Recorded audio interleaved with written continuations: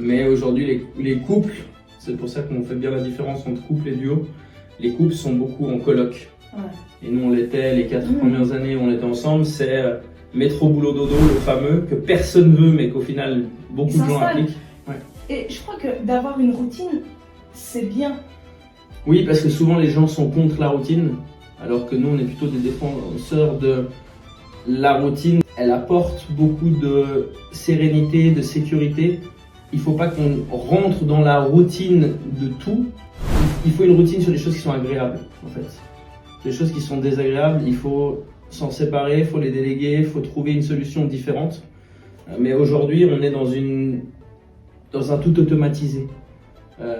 Justement, ce côté rythme, métro, boulot, ça c'est une routine qui est désagréable. Oui. Mais une routine où tu rentres de la relation, tu rentres de l'organisation, tu te laisses du temps. Parce qu'aujourd'hui, les gens n'ont pas de temps pour le désir, ils n'ont pas le temps pour les moments à deux.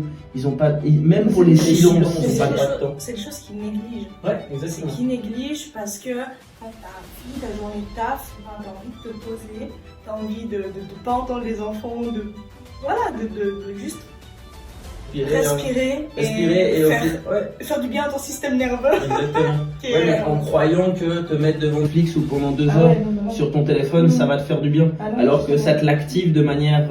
t'es passif toi, mais ton cerveau il continue de tourner. Et au final, les gens n'aiment pas le silence, alors que justement c'est dans les silences aussi où tu as le temps de réfléchir sur ce que tu veux, sur ce qui est important pour toi, etc. Et on doit réactiver cet aspect-là.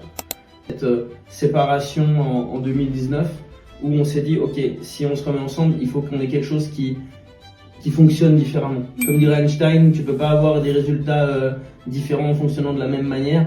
Et donc on a mis ça en place.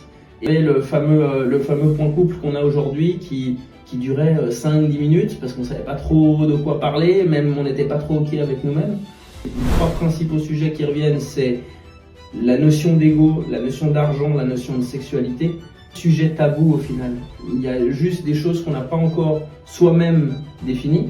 Parce que de nouveau, c'est 1 + 1 = 3, c'est-à-dire que chacun doit faire le travail de son côté pour comprendre ce qu'il veut et ce qu'il ne veut pas.